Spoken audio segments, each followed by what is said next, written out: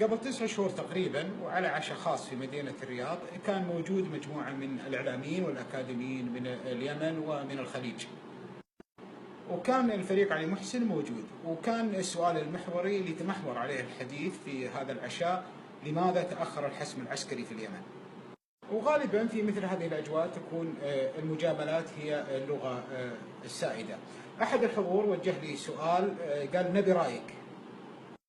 كان رأيي واضح وصريح أن اختلاف الحلفاء على مستقبل اليمن بعد الحوثي وعلي عبد الله صالح هو أحد أسباب تأخر الحل العسكري.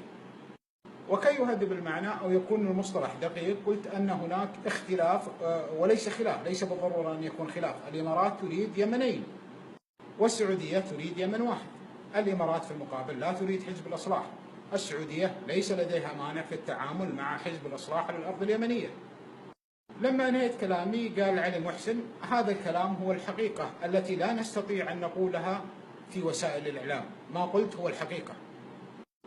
وعلي محسن حي يرزق، وأيضا الحضور في ذلك اليوم موجودين، وأعتقد أنهم يتابعون سناباتي على الأقل أغلبهم. هذا الكلام صار له 9 شهور، يعني مو اليوم أو أمس أو قبل أمس بعد ما تكشفت بعض الأمور وبعض الحقائق. هذا الكلام قبل 9 شهور تقريبا. ولعل السبب الرئيسي في اختلاف وجهات النظر السياسية حول مستقبل اليمن بين الحلفاء هي في وجائية الحرب. السعودية دخلت الحرب مضطرة لحماية اليمن، بمعنى أنها كانت في سباق مع الزمن لحماية مصالحها والحفاظ على اليمن من التمدد الحوثي، فبالتالي لم يكن هناك مجال للتفكير أكثر في المستقبل. والحرب في اليمن حالها حال أي حرب في أي بقعة في الأرض، يكون فيها أخطاء، يكون فيها مستجدات، يكون فيها أحداث طارئة. اليوم قد تكون الأوضاع مختلفة، وقد يكون الحسم أقرب منه من أي وقت مضى، يعني خصوصا بعد المستجدات على مستوى الإقليم إثر الانقلاب الفاشل. لأنكم لو لاحظتوا بعد فشل الانقلاب في تركيا صارت هناك أحداث متسارعة على مستوى المنطقة، ويجب أن تستغل السعودية هذا الأمر.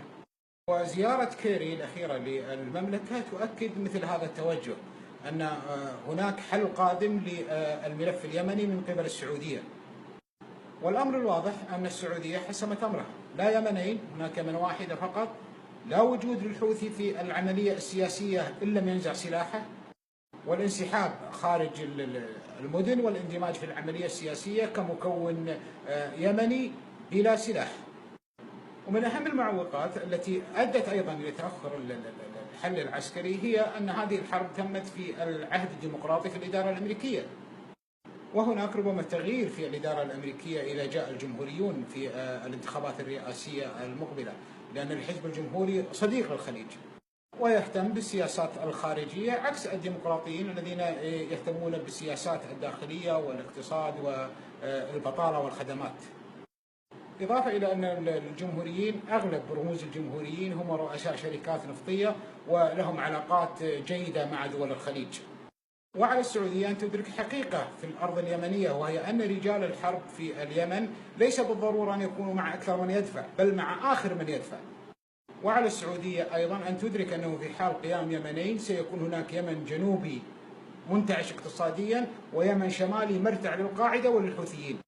والسعودية هي الدولة الوحيدة في دول التحالف التي لها حدود مباشرة مع اليمن، من هنا يجب أن يكون الخيار سعودي بحت.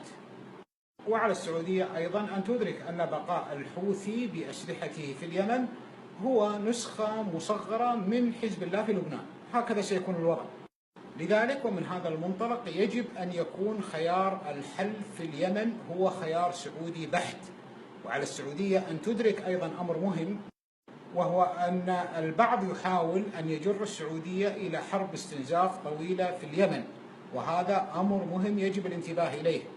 الحرب في اليمن وبعد أن تقاطع الحل العسكري مع الحل السياسي لا شك أنها دخلت مرحلة جديدة وبحاجة إلى تفكير واستراتيجية جديدة. أهم من ذلك أن نكون قد استخلصنا العبر من هذه الحرب، وأهم عبرة في هذه الحرب أن على دول الخليج أن تستثمر في الشعوب لا في القيادات والرؤساء. فالشعوب هي الباقية والرؤساء زائلون. حفظ الله المملكة وحفظ الكويت ودول الخليج وحفظ اليمن أيضا من كل شر.